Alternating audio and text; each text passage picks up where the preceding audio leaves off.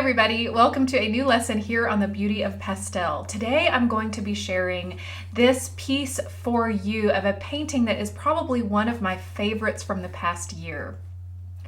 I went out to the canyon on a gorgeous, gorgeous early morning sunrise hike and plein air adventure.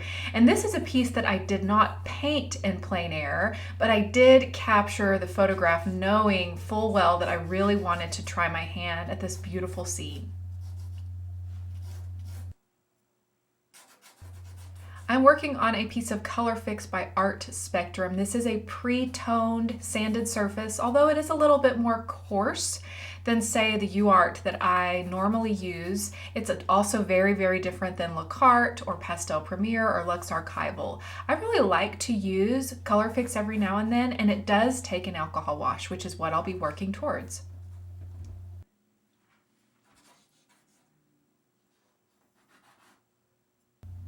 Now you'll see in the photograph, and of course I'm also putting into my initial kind of scumbling mark making at the very beginning before this alcohol wash, that I do indicate and gesture in the fence that is surrounding this pathway.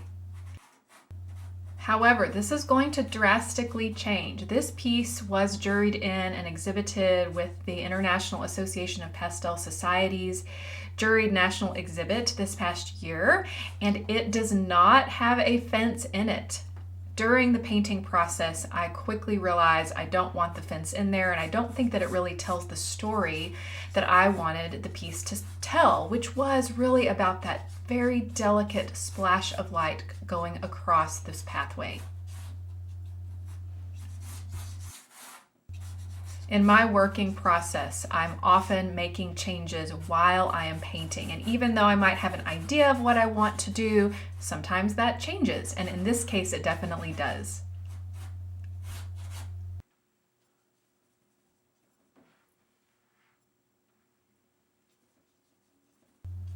I'm swiping in right now a little bit of alcohol. The areas that I put in some nice orange and red, hard pastel is of course where the warm light is going to be raking across this beautiful little meadow scene.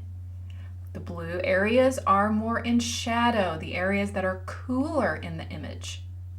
This is often how I like to begin any kind of painting. Warm underpainting for light-filled areas, a cool underpainting for shadow areas or cooler areas within the scene.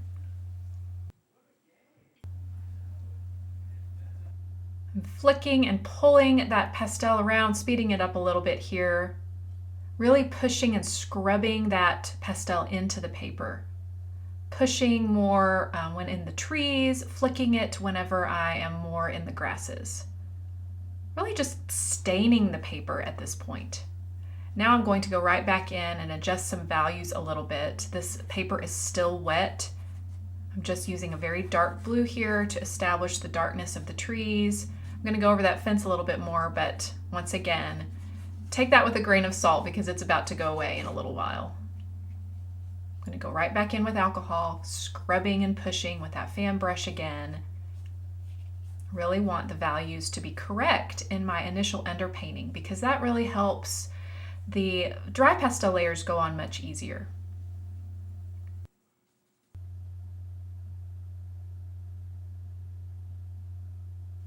I darkened the fence a little bit, still trying to kind of think about that in my mind, but I'm going to, instead of trying to keep working on that area, because even at this point I'm kind of unsure if I even like it at all. I don't normally really love to put fences in my paintings. Sometimes I try it, sometimes it doesn't work. It's just something that I don't really feel a kindred spirit with, are these fences.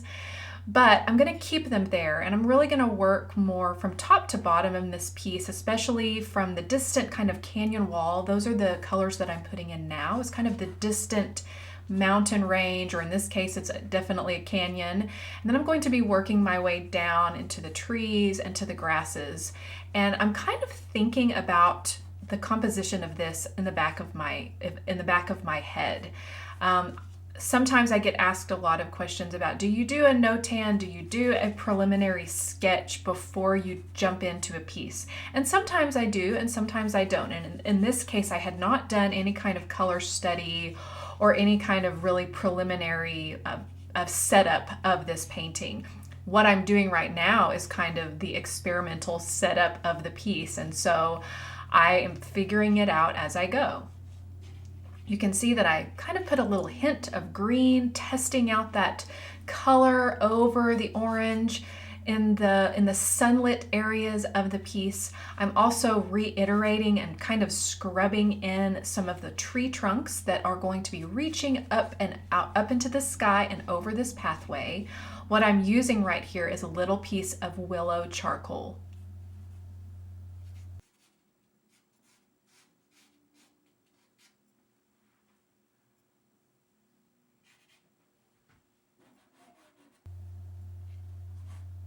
Sorry for my head in the way here. I am pushing in some really light blue for the distant sky.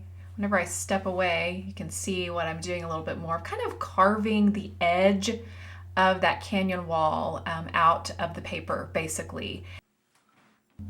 I also like to put green in skies, and I know that that looks kind of like a creamy golden yellow, but it's actually a very, very light, warm, very light green color. Just going to be kind of scrubbing that in. I'm going to be making some marks, defining the trees a little bit, and you'll see how I kind of put this color in, carve it in around the trees that I had made with that willow charcoal, and then I'm going to kind of blend it all together and then go back over it again to define those tree limbs. This is one way that I've found that really helps make the process of making branchy trees a little bit easier in pastel. I think that they are one of the hardest things to paint in pastel. You can see here, this is what I'm talking about. I'm going to take my little foam and I'm going to swipe and push that color into the paper, even over all of those branches that I made. But there is a ghost image of those branches in charcoal. Now I'm going to go right back over that with a little bit of a very, very damp brush of alcohol. This kind of marks and makes some really fun little brush strokes over that light pastel.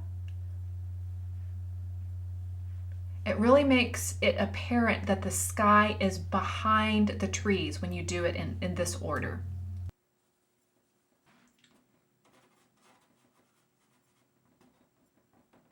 Now you can see that it dried a little bit, and you can see it kind of looks a little messy up there. Of course, we'll clean that up in a second, but I'm going to start working my way down a little bit, working into this warm area of the pathway and where the light is streaming across, using very, very, very yellow greens here. And of course, this is a very beautiful golden color over this orange. I'm going to reestablish the base of those trees. It's kind of a two-step forward, one-step back process.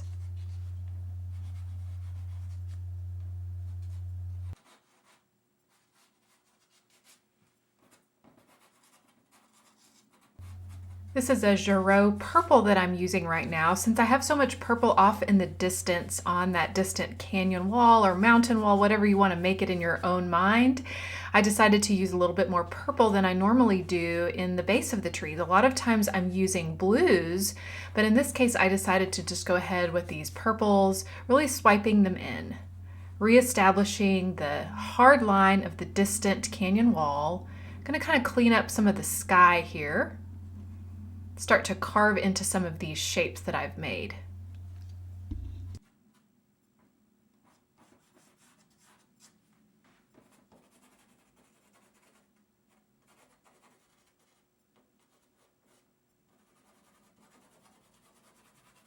A lot of this look is just so whenever I swiped it all in with that foam, it kind of made it look a little dirty in the sky just because the paper is already brown. And so me applying these blues helps to clean up that color just a little bit.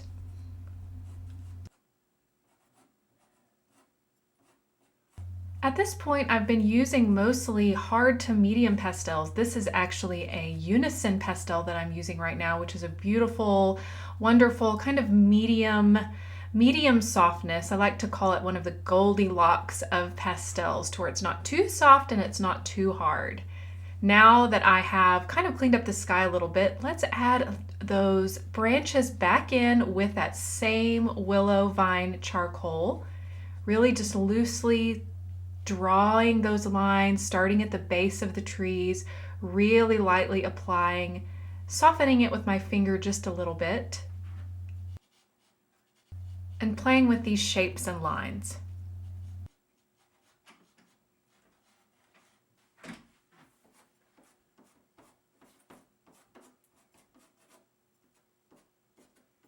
If you followed me for very long at all, you know that I loved this certain blue by Great American called Beacon Blue. It's one of my favorites for the sky.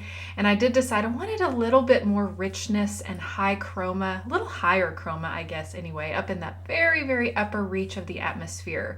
So I'm just glazing this color right across just to darken that value a little bit and add that more saturated, higher chromatic look.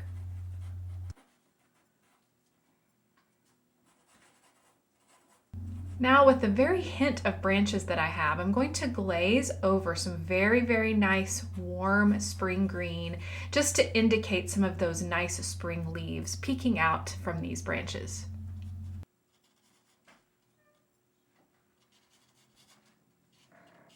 At this point, I'm mostly using very scumbling type marks. I haven't really made any very distinct hard marks, of course, except for that fence that's going to go away in a second. Now I'm going to use my little mechanical pencil and just indicate with just the tip of that pencil a few more fine lines and branches, starting at the base of the tree, kind of wiggling and pushing up on that pencil to make those marks.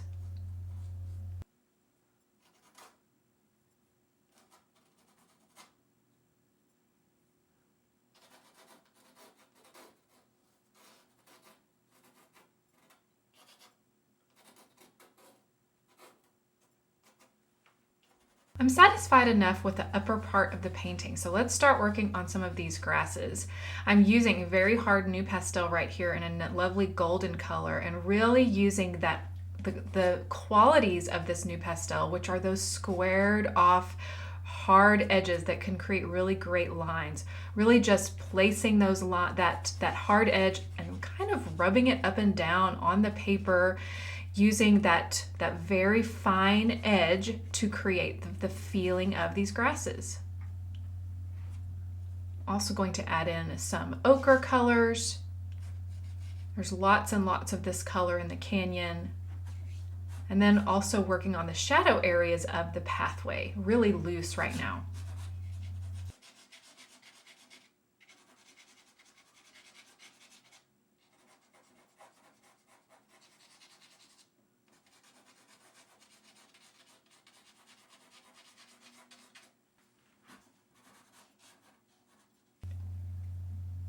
This is a really great, almost neutral blue, purple, violet blue, whatever you want to call it, that I love to use for the shadow colors of the canyon.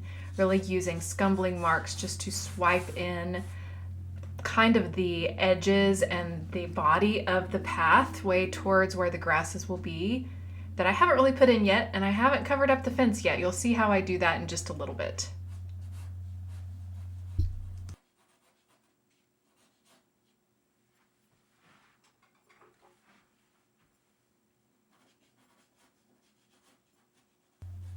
Using some Richardson peaches for that hint of light streaming across the pathway. Of course, we have very light orange colored soil where I live, and this is a great color for that.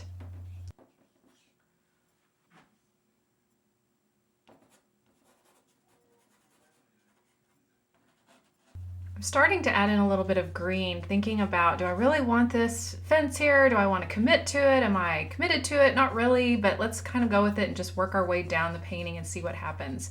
This is a really true green. Of course, in any kind of light versus shadow area of a painting, it's always great to almost butt up against each other, a warm and a cool. And that really helps highlight the difference between those two areas. And so I'm using a much cooler green against those very, very warm yellow greens to indicate kind of the difference of light that's happening in those specific areas. My first steps to fixing this area is to knock off a little bit of that pastel with just a dry washcloth that I had near my easel. And I'm also going to scribble in some dark greens over, that's a similar value over that fence that I have blocked in.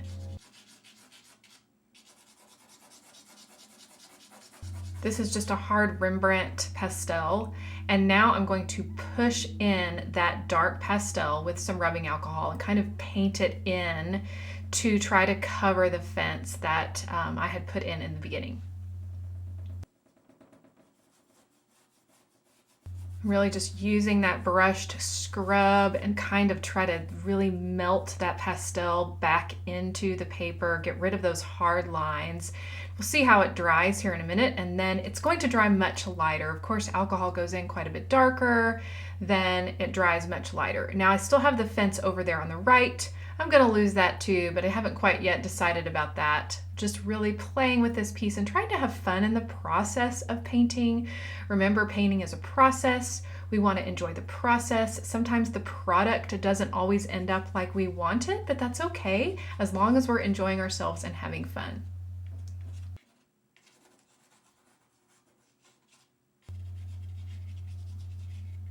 Really scribbling in right now some neutral-ish or very grayed green that is by Terry Ludwig. Really working on kind of blocking out that left-hand side fence post. I haven't worked really on the right-hand side ones yet, but we'll do that in a second. I'm also adding a little bit of ochre color down at the base. Since I have so much in that middle area of the painting, I wanted there to be a hint of some of that at the base foreground as well.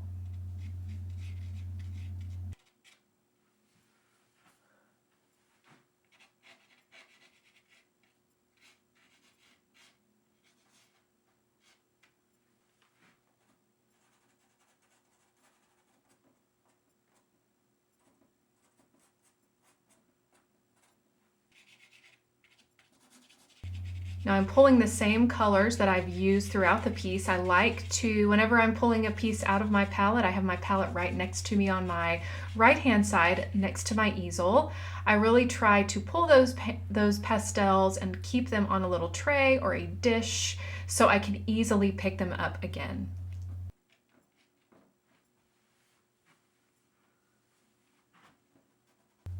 I'm also using softer and softer pastels. This is also a Great American, which is a very soft, and I like this color. It has a great sense of that dried grass, those dormant grasses that are in the canyon, that really nice light color that really glows in the sunshine.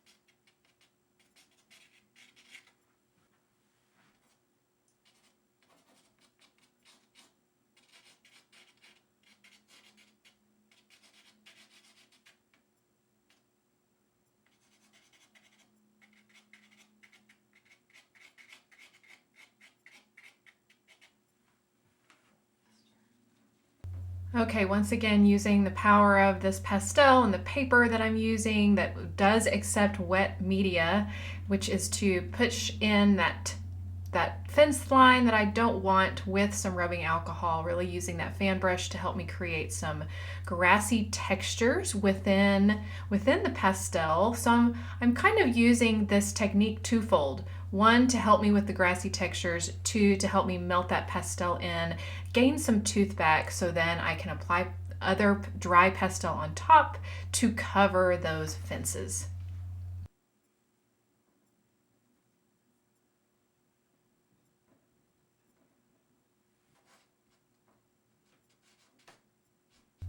I'm adding some peaches and some oranges in the grasses. I have the same peach in the land. That's the color that is on the dirt path.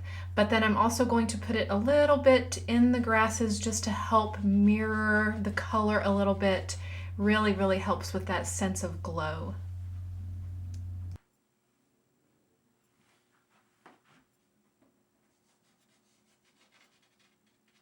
At this point, I can really sense the painting has taken on a life of its own. It's starting to tell the story I want.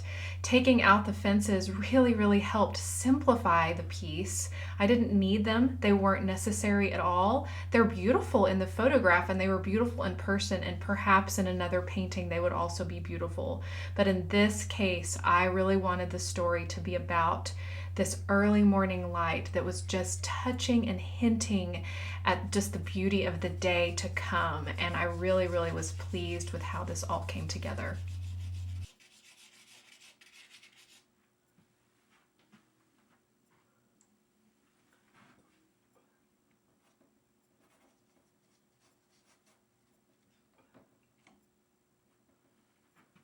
Adding a little bit of warmth to the tip tops of the grasses really helps that color bounce around. I have some in the pathway. I have some warmth even in the shadow areas. I have this very muted, soft Mars violet, and especially in that left-hand side foreground. All of that color really bounces around where your eye can travel and recognize each bit of it.